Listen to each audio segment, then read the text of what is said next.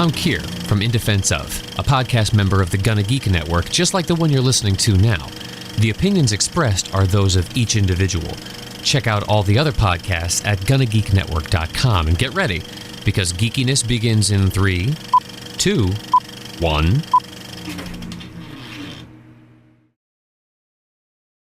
Hello and welcome to episode 77 of Better Podcasting. On today's show, we're going to debrief about my experience at Indiana Comic-Con.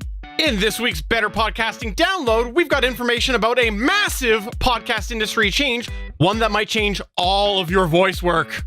And finally, in our Better Podback, we've got some listener feedback on conferences. Plus a very interesting email from a video viewer. This is episode 77 of Better Podcasting. Welcome to Better Podcasting, a show where we talk about podcast tips, tools, and best practices to help you succeed with your podcast. What makes us different? Well, just like you, we podcast purely out of the love and fun of it. Podcasting is our hobby, and we recognize that it's yours too. We always encourage your questions and feedback, and you can find all of our contact information at betterpodcasting.com. Here's your host for the show, Stephen John Drew and Stargate Pioneer.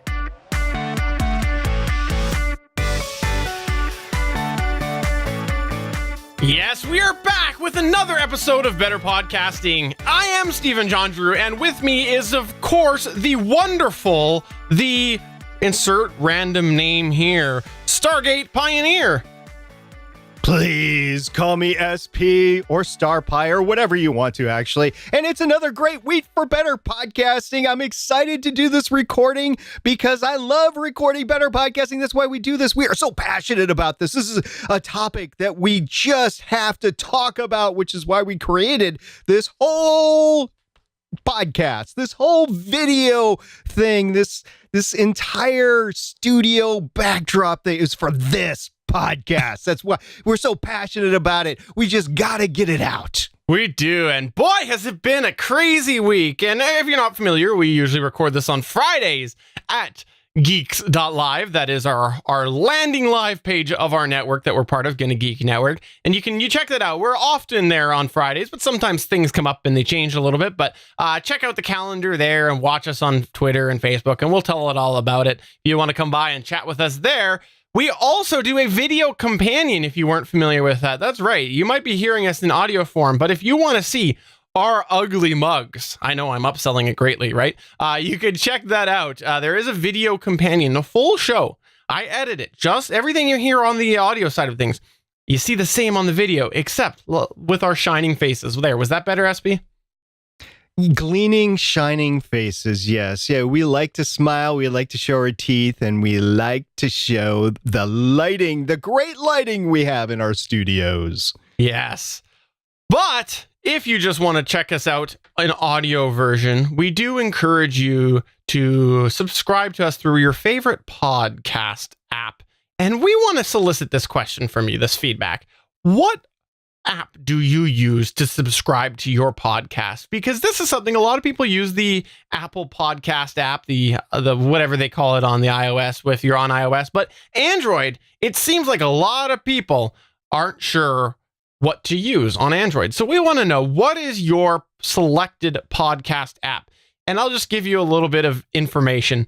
I'm doing this selfishly because I just switched from Beyond Pod to Pocket Cast, and honestly, I got problems with both of them. So I want to know, what are you using if you're an Android listener to subscribe to your podcast? And if you're an Apple listener, please tell us as well, because there's a lot of Apple listeners. You can get in touch with us through a variety of different ways, including you can tweet us at BetterPod. You can find us at Facebook.com/BetterPodcasting or email podcast@BetterPodcasting.com.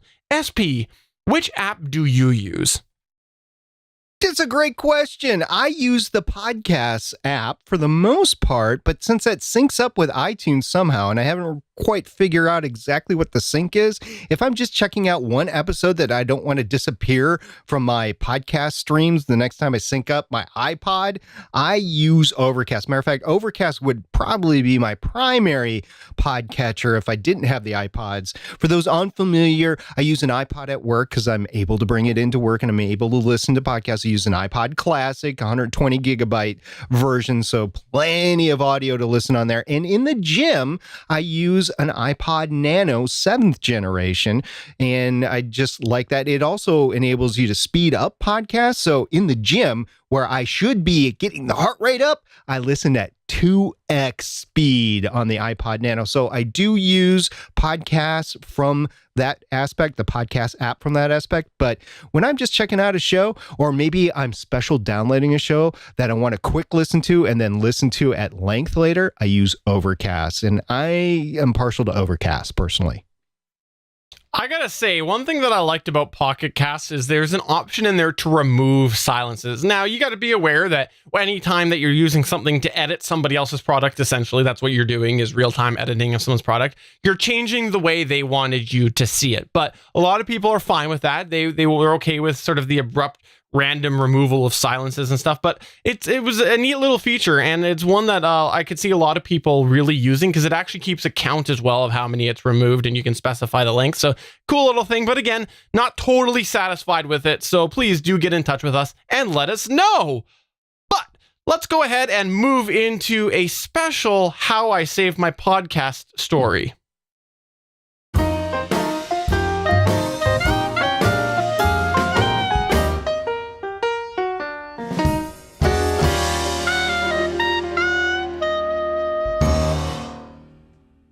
Yes, if you're not familiar with this segment, it's called How I Saved My Podcast. What it is it's a segment we like to do where we have people share their story about how they saved their podcast. This is all about communal learning, and this week we are happy to say we had one listener tell us a little bit about something going on with their podcast. Let's turn it over to the listener. Hi, my name's Stephen John Drew. No, I'm just joking. I am indeed the one that's going to share the How I Saved My Podcast story this week. It is something that SP shared a story last week about how his podcast had a bit of a tailspin and he had to go ahead and fix that. And I got jealous. And so I broke my podcast too. And that's what happened on the official GonnaGeek.com show. This is actually a very interesting story with, I'm going to call it years of buildup because it might be related to Windows 10. That's right. Weirdly, over the last few weeks with the Gonna Geek show, I have had something happening, and it is a full video show just like this one here, but I've been having some weird anomalies come up. Now, it might be related to Windows 10. It could be related to a piece of hardware. I don't know. All I know is since I started moving to Windows 10, trying it again, I've had a couple of weird issues. And what happened was partway through my episode of the GonnaGeek.com show, my sound dropped out, and we do it live, and we had our chat start saying, hey, guess what? The sound's not working. And that was not good because it was working and then it was not working, to which I'm like, okay, let's go ahead and try to stop this. And I tried to stop this, and guess what? My XSplit had froze, and I went and I had Audacity running, and I went and I tried to record on the sound card that is essentially the mix down of our podcast. And as soon as I hit record, it froze. I went into the sound card panel. As soon as I opened up this sound card, it froze. So obviously this was a sound problem, and my whole computer was froze, and I couldn't get things stopped. Now this is a problem because the video show is actually a fairly large side of the GonnaGeek.com show. I would say it's more important over there than it is even here. And I was worried because it was like, well, what's going to happen? Is my video going to crash? But just like SP said last week, I had the live streams going, so I knew I could definitely use those if I wanted to, and I could pull that and download that video and resort to that if I wanted. It wouldn't be as clear, but I could definitely do that. So I go ahead, and here's the kicker, is I wasn't about to chance it again, because again, these problems only started with Windows 10. when I made my change to Windows 10, I had heard about some of the podcaster problems, and a lot of people will tell you that it's solid. And I'm going to disagree with them wholeheartedly there. It is way better than it was, but I have still seen so many weird anomalies with weird things that I will disagree strongly with anybody who says Windows 10 is as stable as 8.1. You can't use that blanket statement, in my opinion. So what I did was, when I did that, I actually had a second drive sitting by that I was able to keep my Windows 8.1 installation on. So what I did was quickly reboot, went into Windows 8.1, and finished off the show there because I had it all ready to go. And I knew it was going to be stable, and it was. So then it comes to editing time. And I went to try to see if I could pull up that video file from XSplit. XSplit is the software that I use to do all of this crazy video stuff, and it's the thing that actually records the video. And guess what I found, SP? You found you couldn't load it. That's absolutely the truth, because it was apparently corrupt of some form. Now, you could open it up and it would play a few seconds, but then it would stop. But I couldn't get it into any video editing software. So I tried to run it through Handbrake. It didn't work. I tried to run it through a bunch of different things. It didn't work. To which I thought, I can't be the first one who's had this happen, had a video crash halfway through. And I got on the almighty Google, because Google knows everything. And sure enough, if you use the video software XSplit, as I know some of our listeners do, I've had conversations with people who have told me they use XSplit. There is a built-in recovery feature that I discovered in the section that shows you all of the recordings of XSplit, all of the things that I've created, all the videos I've created. I can go in and I can select a video, and I can right click on it and say repair. And what did it do? It repaired, it fixed it in seconds. It was like, basically I right click, done. And sure enough, it worked from there. So obviously I'm guessing the file just wasn't finished properly, to get technical. But I wanted to share this story because I thought for sure that I was going to have to use a backup, which I was okay with. Then I discovered that I was able to repair it, which was cool. And I didn't have this knowledge before I ran into this problem, so I consulted Google. And I want to encourage people, if you ever run into this issue, reach out to somebody, ask. Don't be afraid to ask or Google, because you might find it. And SP has talked about this before, how he has been able to recover Zoom H6 tracks as well. There is a lot of ways. If you've got any form of a file there might be a way to save said file. There might not, but there might be. And this is another example on how I was able to save my podcast. Yep. A couple of things. It turns out that recovering a deleted file from an SD card is surprisingly easy. You have to download some software in order to help do it. Windows 10 won't do it, but that can work as well. That'll be a future episode of this segment, How I Saved My Podcast Story. And another thing, Stephen didn't talk about it at all, but in the middle of all this happening, we kept the live stream going. And guess who had to talk the entire 15 minutes that the live stream was going, and nobody else was on because Stephen broke the bridge when he rebooted. There was no Chris. There was definitely no Stephen. It was just SP for 15 minutes entertaining the live crowd. And after that, I told Stephen, I'm spent, dude. You guys got to talk for a while because I just need a rest. Surprisingly, being a podcaster, you need a rest after talking for 15 minutes and just riffing for 15 minutes. I had nothing prepared, nothing at all. So that is saving the live stream as well. It was a unique day, and I hope it is never repeated. No. Well, thank you very much for that. And I'm glad you shared that half of the story, because it was a very big half of the story. And I absolutely want to encourage people to have trust in your peers. They will bail you out. When you have something go wrong, they'll pick you up out of the mud and dust you off. And that's what SP did. So thanks for that, SP. You made a stressful situation slightly less stressful for me. Anything I could do for the benefit of the GonnaGeek.com network. Well, speaking of stressful situations, let's find out what sort of stress you had at Indiana Comic-Con.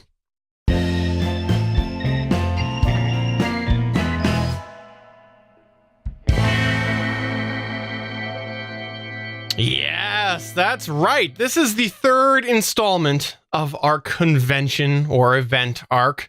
And why would we do anything else but wrap it up by getting an actual debrief by Stargate Pioneer? That's right. we've talked about it before. SP did go to Indiana Comic Con a couple of weeks ago, and he actually did a podcast panel, about podcasting with Michelle Ely.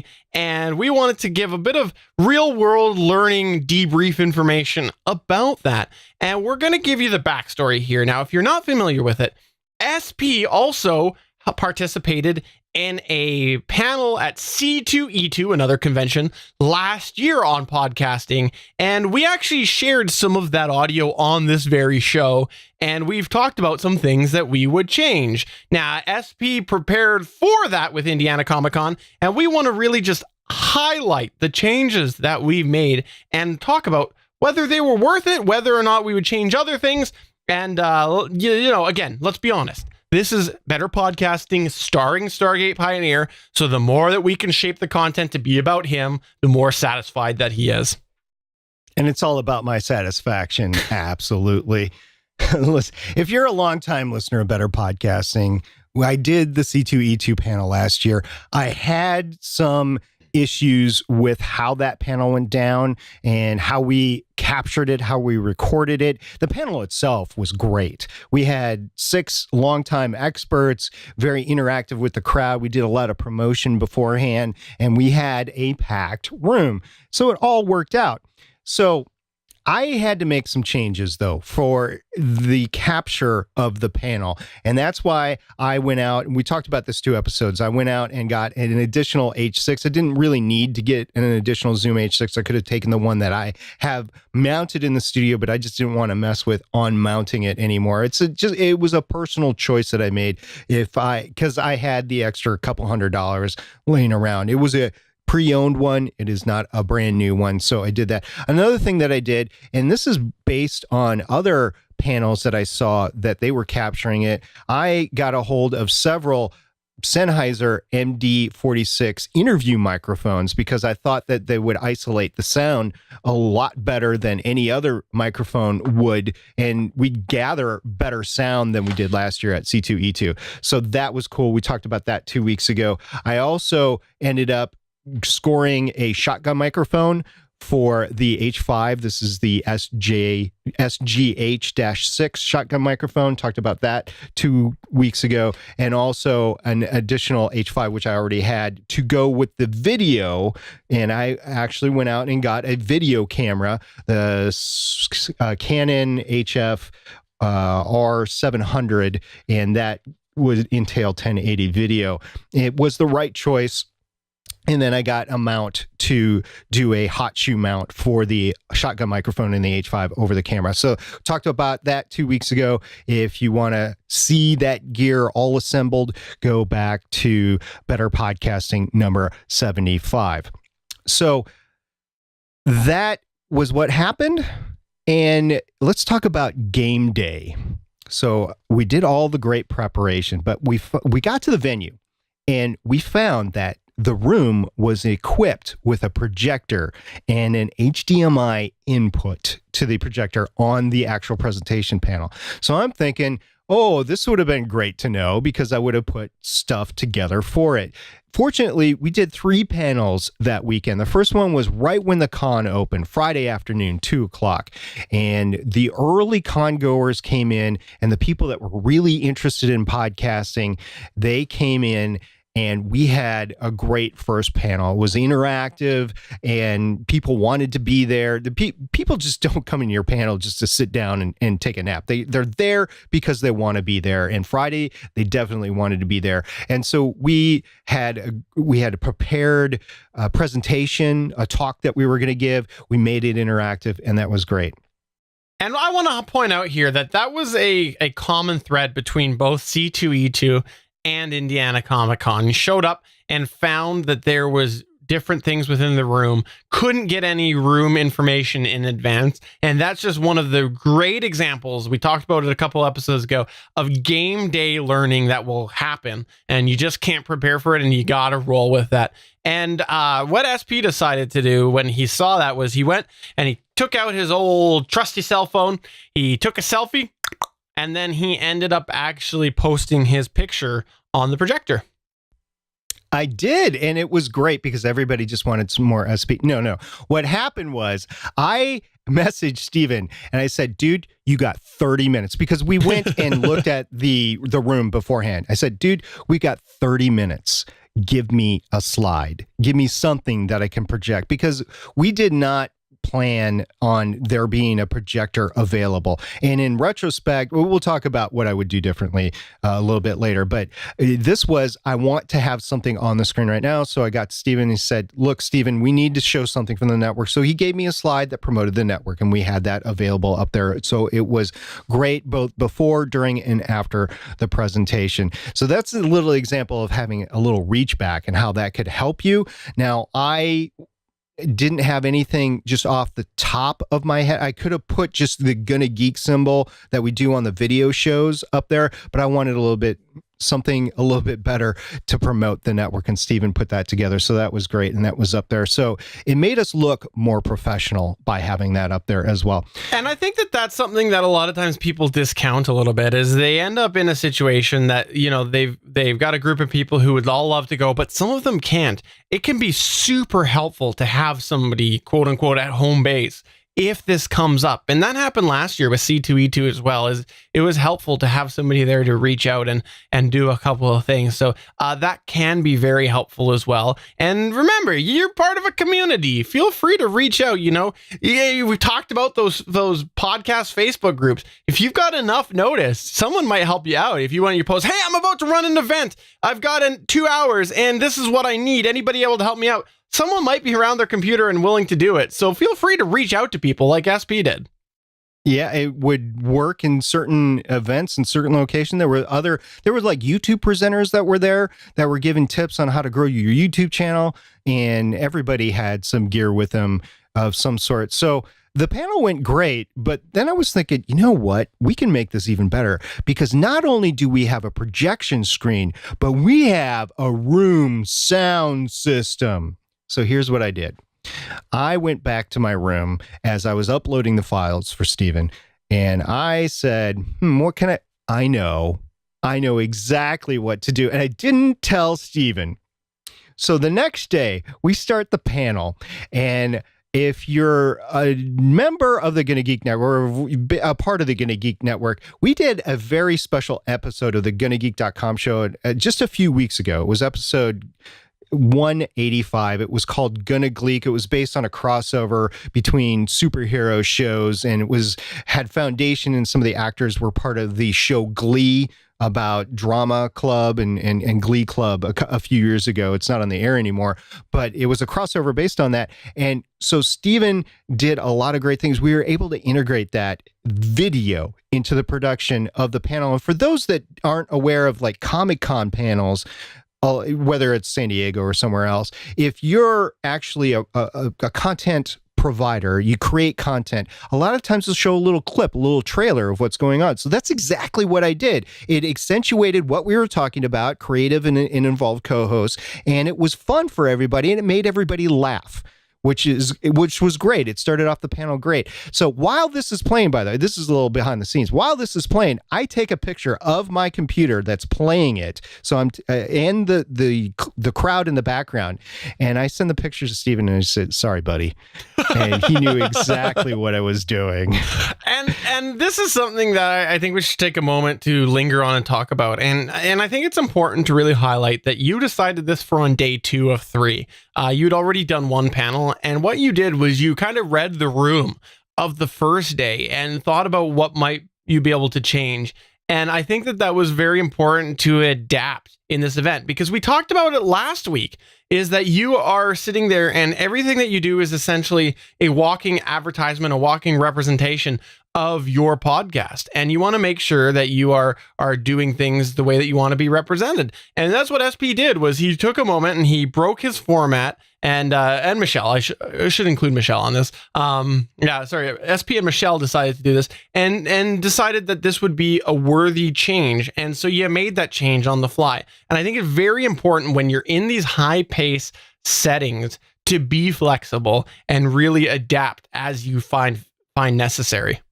Yeah, none of this was done by SP alone. Matter of fact, Michelle was actually in charge of everything. I just brought her this as an option. She's like, yeah, we need to run with it. So we did. And it was great. And the room, the panels on Saturday and Sunday, they really enjoyed it. I'm glad I actually pulled that together. Did some video editing on my laptop, which is important to have a laptop with you that can do some at least rudimentary production stuff, and it worked great. Now, we did actually change what we were discussing. We didn't stay to our script based on the questions that were being asked on Friday and then some panel discussions that were happening through the room. One of the great things about Indiana Comic Con is they gave 30 minutes in between panel sessions, which gave a lot of time for setup, a lot of time for teardown, but it also allowed a lot of interaction in that 10, 15 minutes right before the panel that you can go one-on-one with the audience or stay up at the table and start asking the room, where are you guys coming from? What is your interest? What is your experience level? That was key in actually creating our content differently than we had pre-planned based on who was in the room. Yeah, that's awesome. The other interesting thing that I thought was very fascinating was that you forgot about water essentially when you ended up getting there, right? So a lot of cons, what they will do is they will actually give you water and have water available or some sort of drink available at the panel tables. And Indiana Comic Con usually did. The panel right before us, though, and there is a big stack of little mini water bottles on the table. The panel right before us, they actually took all the water bottles, and it wasn't restocked in between the panel right before us. We were the second panel of the day in that room. So the panel right before us took everything. So we're sitting there, we didn't have any water, which we were able to get through. But then for the other two sessions that we had, we made sure we brought water, and I will always make sure that I have a bottle of water in my backpack with my gear that's, on one of the side pockets. I will always do that before a panel, whether I use it or not. I don't care. I'm not a stickler of what kind of water I have, but I just want to make sure that I have that available so that I can rehydrate as I go. Because I need to hydrate during an entire hour of talking. It happens at work, it happens during podcasts, and it definitely happens during these live convention events. Another thing that we changed game day between Friday and Saturday is I used two older iPhones, an iPhone 5S and iPhone 4S, to help capture the video of the room so we could get multiple shots. I was lucky on Friday. They actually lasted through the session, but they were both on below 10%. Wow.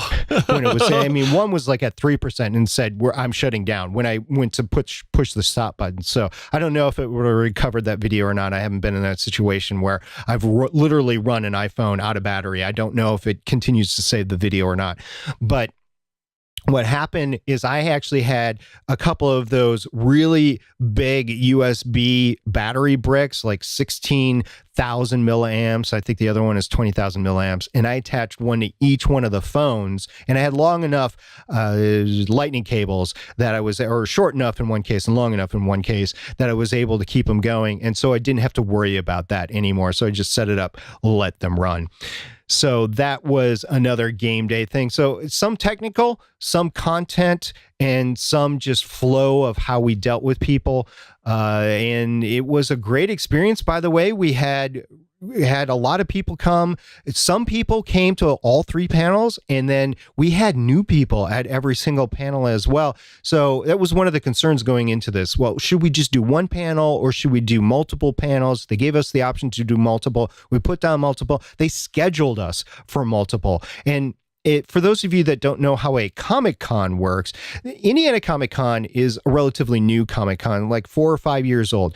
It is incredibly stacked with kids, like 12-year-old kids and under, because they get in for free. And there's a ton of cosplay, and there's a main show floor room where you can buy comics or geeky stuff or stuff like it's the showroom floor.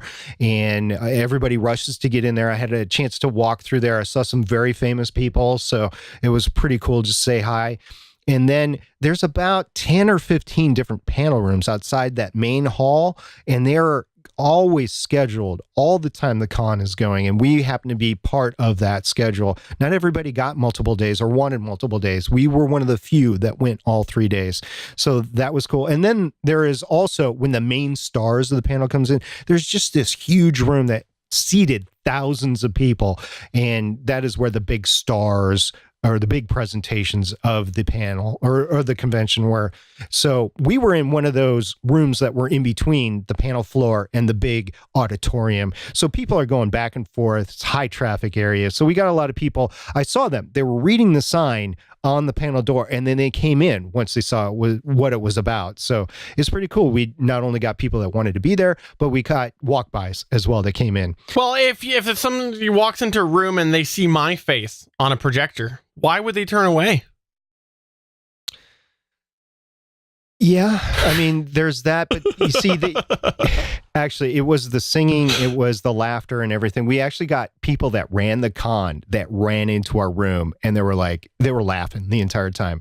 These are the people that actually run the schedule, that actually pull you off the stage, and the people that are interviewing the main stars. They actually walked by and they saw this Saturday and Sunday, and they sat down and they watched both of our intro and our outro, because I did an outro as well as the end of the Gonna Gleek 185 episode, which is starred, by the way, Steven's wife. So that got the biggest laugh of all of them, actually. That's awesome. Okay, so it sounds like you did a lot. You learned a lot from C2E2SP. It sounds like you executed on that. And it sounds like on the fly, Michelle was there to save the day and tell you how to fix things. So if you were to do another panel, another similar convention event, what might you change for next time?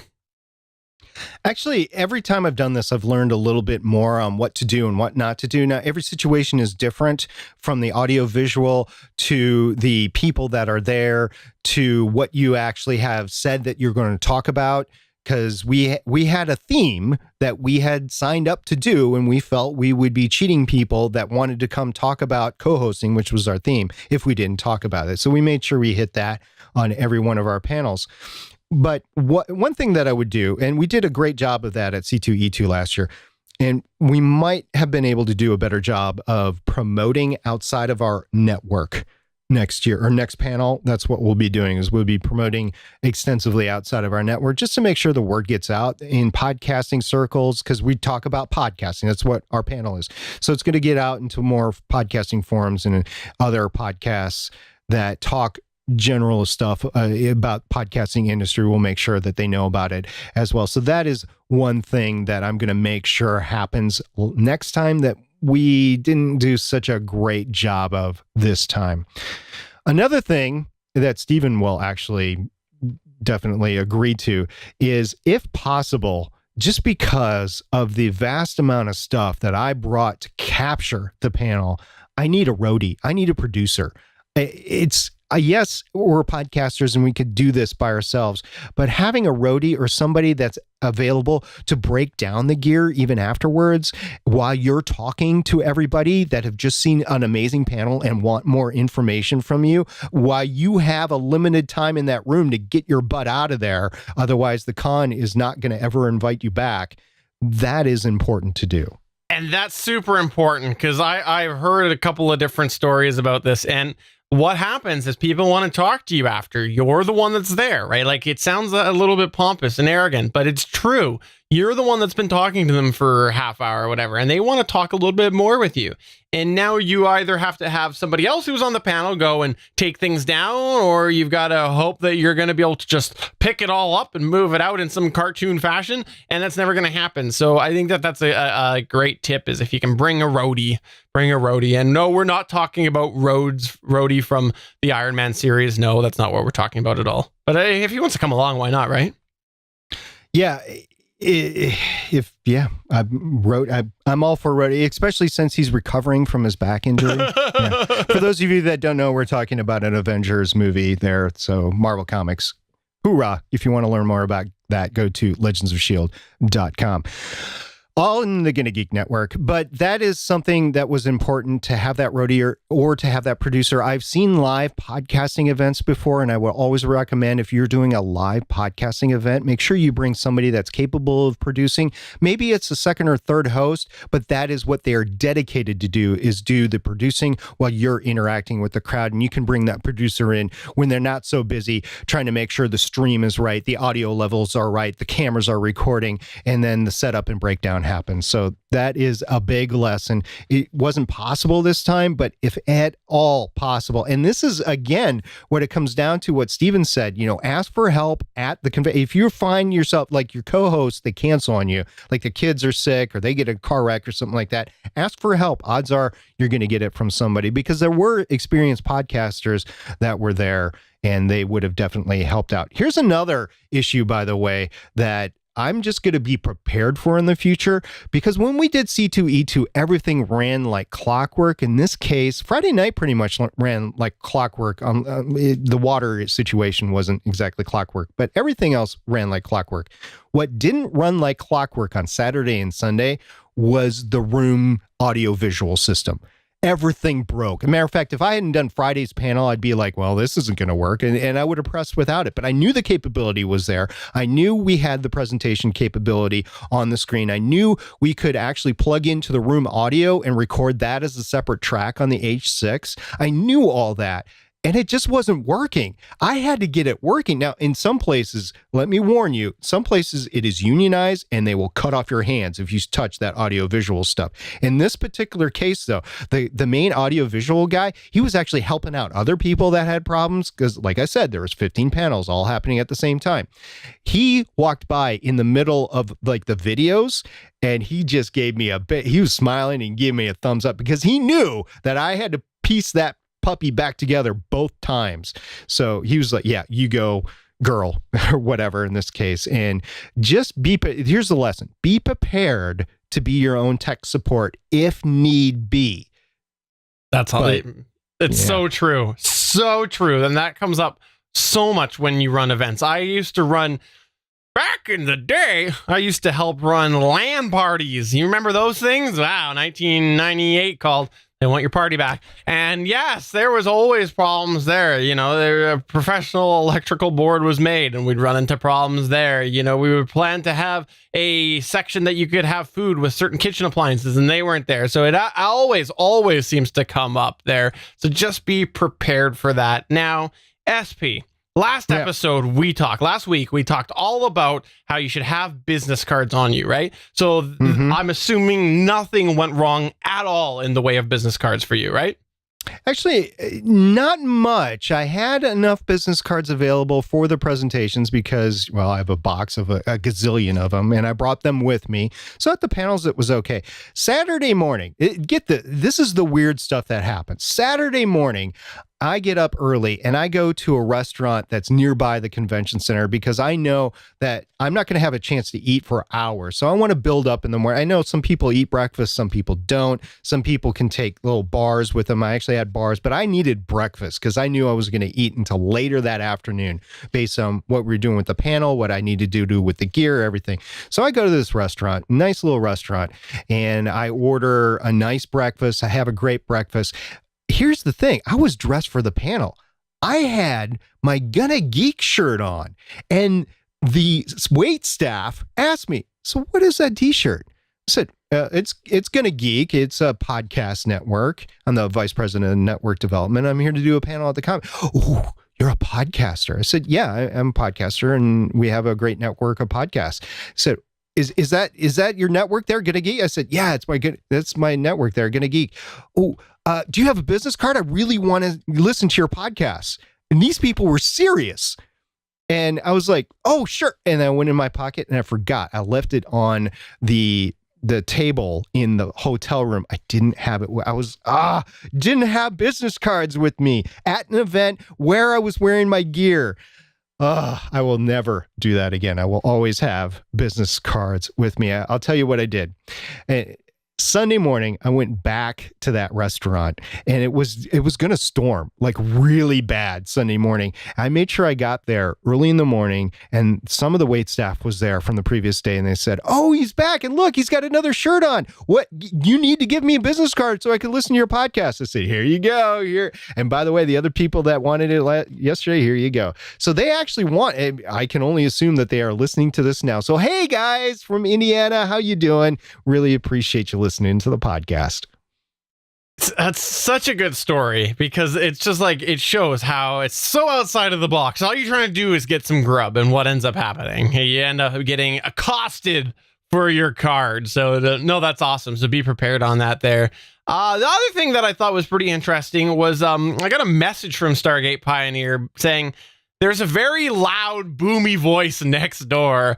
And apparently, yes, in the hall that they were provided, there was noise coming from the convention, the panel next door, and it was very, very loud.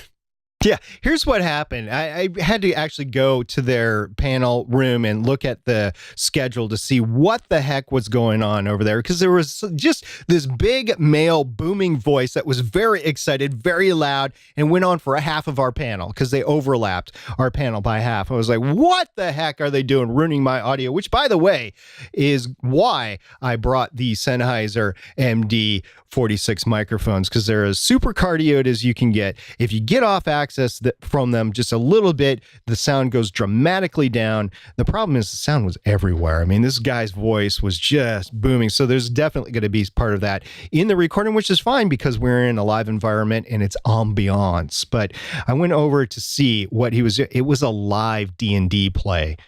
All 3 days that was scheduled right at the same time as ours, all 3 days. I was like, oh man, somebody was really into playing their Dungeons and Dragons, but you had to be prepared for that. So what I would do next time is, of course, I will continue to bring the gear that I brought for this specific situation, but I'll also ask the organizer if there's any way you could put me in a quieter environment without removing me from the main hallway. That would be great. Like put me next to, I don't know, there was actually a panel on corsets. So put me in the panel next to the corset panel. Then you would have been the loud, obnoxious guy. Exactly. I would have been. And they were right after us too. And they were chatty as all get out. They're like, oh, you guys do a podcast? They were actually talking to, and they were the ones that were saying, hey, you need to bring a roadie. I was like, yeah, you're right. I do need to bring a roadie. You want in on that? And I'm like, I can't do anything. I'm in a corset. So that's what, I mean, you know, corsets, you know, the things that make your waist like 10 times smaller than what it really is. I'm wearing one right now, SP. I don't doubt it. I want to see pictures or it didn't happen. All right. So wrapping up here with your learning, you had one other thing that you thought was pretty interesting. Yeah, definitely. When you sign up for an event, make sure you check all of your calendars. This happened to be a holiday weekend, and it actually probably affected the attendance at the con in general. And probably there were some people that wanted to get to us that couldn't have. So we're going to make sure that when we do these events, we don't overlap holidays because, well, people want to be with their friends or families during holidays and they don't necessarily want to be in a room with a lot of other, in a trade show, basically. They want to do what they do on holidays. So definitely do that. Just really quick, a couple other things that I would do is I would make sure that I would have a flag or network flag on my camera rig. I got a lot of comments about that because I took some video of the con in general and people started asking me questions not only of the gear, but why I was doing it. And they were interested, and I gave them business cards because they were like, where can I see this? So here you go. And actually, one of the guys followed me right away a few minutes later, and I got several different follows on social media after that.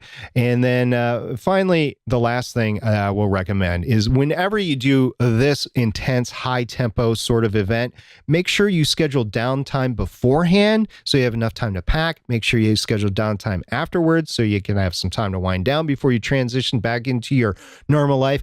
And make sure you schedule some downtime at the event if possible. It's not always possible because if you're doing multiple days, it'll keep you better prepared and better rested for the next day. Awesome. Well, thanks so much for all of that honesty, SP, because let's be honest. You see what I did there? You ended up in a situation that you could have changed some things and you had to think on your feet. And it's just nice that you were willing to share that with everybody. Yeah, you bet. Anytime. That's what we're here for. Better podcasting, to share great podcasting tips. All right. Speaking of great podcasting things, let's move on into our download. Welcome to this week's Better Podcasting Download. This week in our Better Podcasting download, we want to tell you about a major change, one that you may have heard already about, but maybe you haven't, that is coming in the world of podcastery. That's right. For so long, you have heard about how you gotta get your podcast in iTunes. It's important. It's gotta be in iTunes. Number one thing is get your podcast in iTunes. Well, gotta tell you that unfortunately, you can no longer get your podcast in iTunes because Android has bought iTunes. No, that's not true at all. That's not true at all. What it is Apple is going through a rebranding of iTunes. That's right. You will now get familiar with the term Apple Podcasts. That's right. Apple Podcasts. Hear that S on the end of there? Because that is the way that they are going. Now, so far, this is appearing to only be a branding change, but there are a couple of important notes with that. Number one, this is a great thing in a lot of ways because it shows that Apple is not forgetting about what was iTunes. A lot of people talked about how Apple had forgot about iTunes. Well, you don't go through a major branding change and start something called Apple Podcasts and not put focus on their product. So that's great to see that they are doing that. This is also in line with the same brand as Apple Music. Now, obviously, you've heard about Apple Music before. You've probably heard the term, and that's where they're going with this here.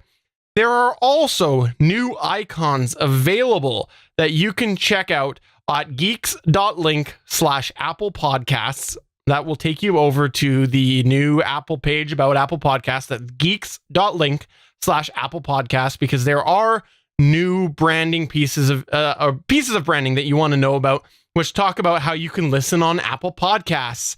And we want to just make sure that we highlight that, because I don't know if you ever saw this when it was back in the day, it was called iTunes. And back in the day, you would see a plethora. Can I use that? Is it okay to use that? Steven, back in the day, you're talking about a week ago. Hey, this content is timeless, so one day this will make sense. But no, there was not real standard branding out there early on. Some people kind of adopted things early on, but because of that, there was quite a plethora of different ways that people would advertise their podcast being in iTunes. I know I've been podcasting for a long time, and I know that I went through several different handmade iterations that kind of tried to show that it was in Apple, and I'm sure it was probably not authorized, but that was what we had to do. That was what we had to do back in the day. And so, see, now that's the proper use of back in the day. But now they are providing you some different information that you can find at geeks.link/Apple Podcasts, and there are definitely things that you can use. Now, SP has compiled some mistakes that you want to avoid. Yes, avoid these mistakes. This is directly from the Apple page, which can be found at the geeks.link/Apple Podcasts. Number one, do not let the Apple Podcasts badge dominate your layout as the primary message or the main graphic. It should support your content, main message, and product or company identity. So it's a secondary thing. It's your content, and they just want to say, hey, it's available over here. Number two, do not obstruct the badge with text, graphics, violators, or images. So basically, we want our graphic left alone. Number three, do not use the Apple logo. Dun, dun, dun. I sense copyright infringement lawsuits there. Number four, do not rotate, tilt, or animate the badge. And I would actually, like the paperclip, I would like to see an animated Apple Podcast badge personally. But so just my hint to Apple, that would be cool. Okay, number five, do not add visual effects to the artwork, such as shadows or glows, so don't spice up what we got. Number six, do not alter the artwork in any way. So if the before mentioned didn't really give you the hint, this is your hint. Number seven, do not use graphics or images from Apple's website. 8, do not imitate Apple communications or Apple's graphic style and typography. How do you say that, Stephen? I don't know. Typography is what I say. Yeah, there you go. Because we all know that Stephen knows how to say English really good. I speak good English. The next one is do not use the Apple logo alone on any communication. Once again, it is not your brand. You need to highlight your brand and just say, hey, it's available on our brand. And the last one is do not create your own Apple Podcasts icon or alter the official icon artwork, which I'm wondering how that is different than do not alter the artwork in any way, but I guess it's legalese. They just want to make sure don't touch our stuff, but put our stuff on your website as secondary content. So that's a lot of do's and don'ts. They are available on the Apple website at the geeks.link/Apple Podcasts. I would encourage you to check that out, especially if you're going to use their stuff, because you don't want them to say, hey, take our stuff down, because Apple Podcasts are, by statistics, 70% of your average audience for podcasts. And I gotta say, I like this because this shows that, for number one, it's refreshing some content. It's nice to have some fresh images out there. But two, I like the standardization. I know people are like, wow, that is a huge bill to meet. But I think that it is great that they've got all these do nots, because I want to see standardization. I think that that's great, and I'm perfectly fine with that. Now, what does this mean to you as a hobby podcaster? Well, we talked about it at the very, very front of the show. For so long, we have all been saying, please, if you like us, subscribe in iTunes and give us a 5-star review or whatever. And you have probably had all of your voice work recorded where you've talked about that. That's not valid anymore. So you're going to want to go ahead and shuffle that up. I know that myself. I have voice work that I need to get changed eventually. I've got other things that I got to work on first, but for now, I will be sitting there with out-of-date terms.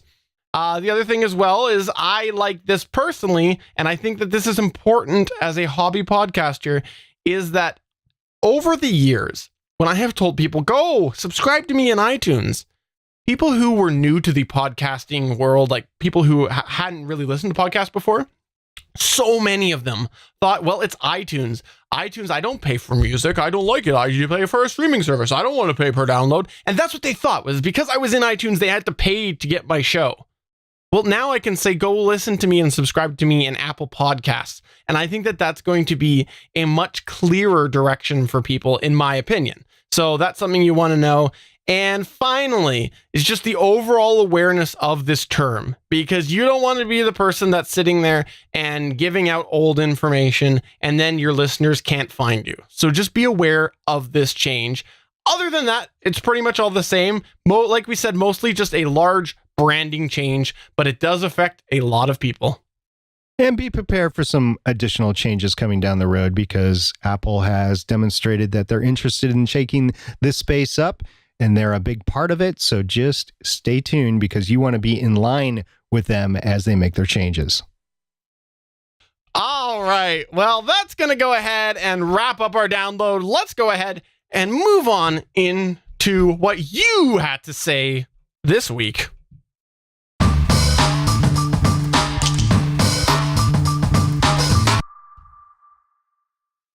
All right. There were things said. People used words, and they sent them in our direction. I can't use words myself. We actually had a Facebook message from Scott Smith, and he said, nice episode on conferences. I literally listened to your episode while I was packing for a podcast conference within my niche this weekend. Have you considered air travel with your podcasting equipment? Nobody wants to put their equipment in the checked bags because it could arrive late, or you may never see it again. I've flown a couple of times with my Zoom H6, which looks a lot like a stun gun, in my carrying case with no problems. But what's okay with one airport security checkpoint might not be okay with another. So here's the thing. SP has traveled with gear, so I'm going to largely let him field this. But what I would suggest is, anytime you travel with anything, I would be prepared to be analyzed and asked what the equipment is. And this is my operation, not just with podcasting gear, just with anything that I ever travel with, is, I might be talking to a person who has never, ever, ever used a piece of audio equipment in their life. And I'm always prepared to explain what it is that I am bringing with me. Now, specifically getting towards podcasting gear, SP has even recorded on a plane. That's right. He has recorded on a plane. So SP, field this question. I did. So first of all, I traveled to Las Vegas with my entire gear a couple years ago in 2014. And one of the issues with that is I actually brought the mic stands with the hard, heavy metal bases. And those don't fare well when you're going through airport security checkpoints because they look like large metallic items that may or may not be something that explode. So you get analyzed when you bring those through. And the weight was part of the reason why I changed, and the part of the reason why I was changed because I wanted to be able to be more flexible when I was going through airport security. I now use the new era. I think they're Hamilton. I'm not sure the brand off the top of my head anymore, but they're very flexible, tripod-ish sort of microphone stands right now. So that's one thing. As far as the bag comment, I do have a bag on order that is a hard shell, and it's meant to transport audio or visual electronic equipment. It was not here as per this conference yet. And I went with a duffel roller bag, and I made sure everything was in its original packaging. So that, or the hard cases it came with in the case of the Sennheiser microphones and the Zoom recorders and stuff like that. So if you want to make sure that everything is safe, you definitely get little small hard cases for everything. It might actually expand the bag size you need, but it would be well worth it to make sure everything makes it to its destination as is. The other thing is taking everything actually on the plane versus checked in. There's going to be some stuff that you're going to have to check if you bring enough gear, but you should keep the most important things with you on board the plane itself so that you can operate with just that. So great questions, and something that I've had to deal with. Both Stephen and I have actually traveled with our gear back and forth to like work events and stuff like that. So it is possible. And it's more than possible. It's very doable. But just keep in mind, whatever you bring with you on your on the plane, you have to put on the seat underneath the seat in front of you or in the overhead bin. And with the baggage fees the way they are these days, there is none of that available. So you might end up actually checking the bag at the gate if necessary. So just keep that in mind, that you might be separated from your gear at some point. Thank you for that, SP. And thanks for that question, Scott. We also asked, do you create your podcast content for the long term, brackets evergreen, or does it have a short shelf life, brackets time sensitive? We had the one we just spoke about, Scott Smith, say definitely long term, as true today as when it was written. We had Diami Ploki say evergreen, woodworking lasts forever until there is no more world. Boom, mind blown. Have you been watching too much Independence Day or something? Always. I watch it every day. That's how I have to debrief from the show. We also had Kenneth say evergreen is hard in the IT world, but we try to take a wider look at timely events and phenomena. These discussions are very interesting. So absolutely, that is something that IT is hard. I have been in that situation where I've talked about IT and things have changed like the next week. So I feel your pain there, Kenneth. It's happened on this show. It has. We also asked the question, what do you think of Apple's rebrand of iTunes to Apple Podcasts? How will it affect you? SP, what did Anthony Bachman say?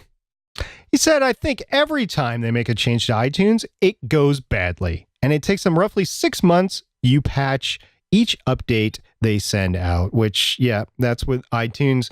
Apple Podcasts, it hasn't changed anything with the technology or processes. So I think it will operate just the way it is until they make that change. I think that change is coming. It's just a matter of when. So keep up to date with that. And then at Joshua Liston also replied and he said, I like it. Apple more closely aligned their core brand with the word #podcasting cannot be a bad thing. Thumbs up. Yep. I kind of tend to agree with that. And I also agree with Anthony. Just keep in line, keep your head up on what is going to actually change in the space. So finally, Stephen, we got an email this week. It was a doozy. It was, and just stay with us, folks, because this is a very important announcement. So this is from Johnny Pennington. He says, Dear quote unquote podcasting gurus. Well, thank you very much for calling us podcasting gurus. He said, You have discussed many times on Better Podcasting problems that have arisen with audio production between two different voices. These usually entail only having one local signal and a phone line, Skype, acoustics, microphones, background noises, etc. Both of you have come up with great ways to eliminate or reduce these problems. However, that is dealing with the quote-unquote audio side of podcasting. I have a, quote, hypothetical, unquote, podcasting, quote, video, unquote, situation that I'm hoping the two of you can give me an answer or a remedy to. Let's say there is purely hypothetical video version of, shall we say, hobby podcast that normally uses split screen for the two hosts, and that they will often show one host only when emphasizing a pertinent point. They switch back and forth between each other and equally show both hosts at the same time. All this works well and looks good for most of their shows. Then, suddenly, one of the hosts shaves off his beard and mustache, leaving a glare so bright that it's like a large, bright spotlight was aimed directly at your face in the darkest of nights. Oh, the pain! Anyhow, it really is an enjoyable show. Again, this is only a hypothetical show, mind you, and I still would want to watch it.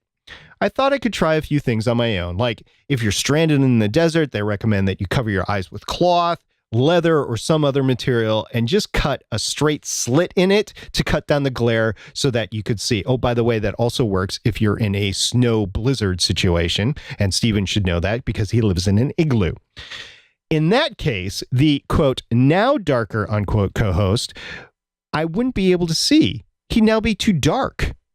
I wear glasses, and I have flip-up on sunglasses, very fashionable if I say myself, that I could convert to one side or the other being flipped up while the other side is flipped down. This, I believe, is pretty ingenious. I think I'll patent that. I mean, when the bright host is on, I'll flip down one of the sunglasses lenses. When it's split screen, I'll only have the glaring bright guy's sunglasses lens down. When the now darker guy is on by himself, I'll have both sunglasses lenses up.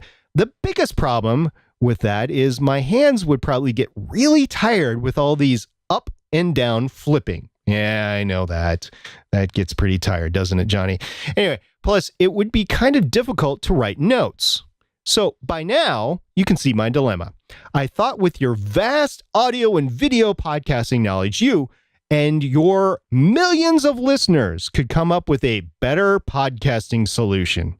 And as I fear for the health of my eyes, a few off-the-cuff solutions I additionally thought of. 1, glaring bright guy needs to add makeup or get some sun to tone down the glare. Yeah, that's a decent idea.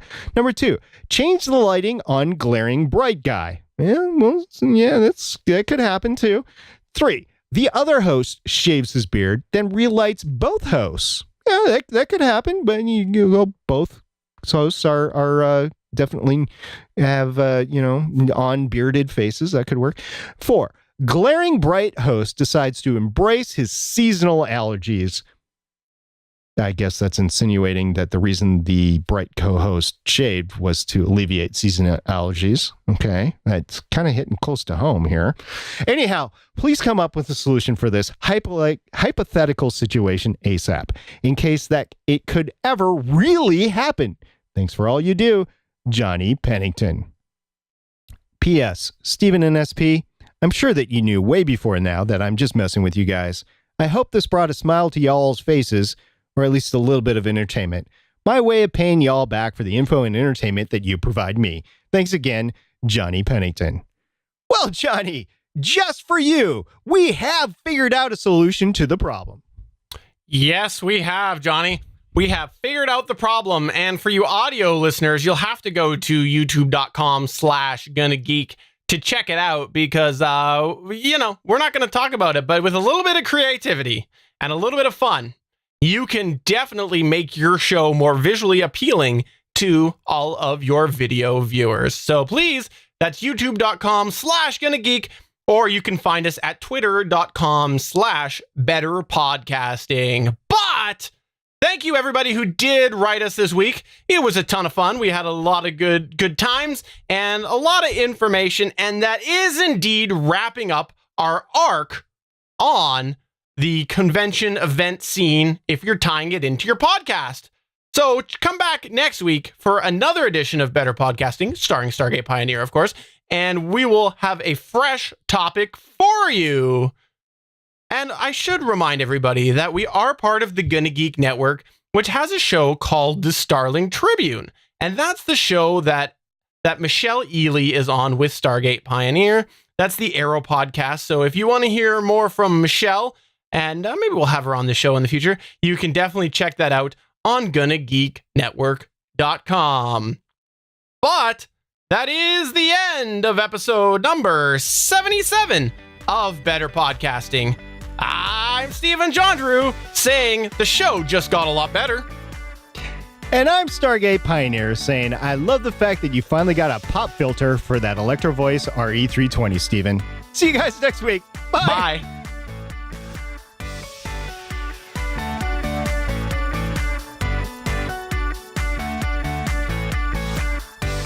Thank you for listening to another episode of Better Podcasting.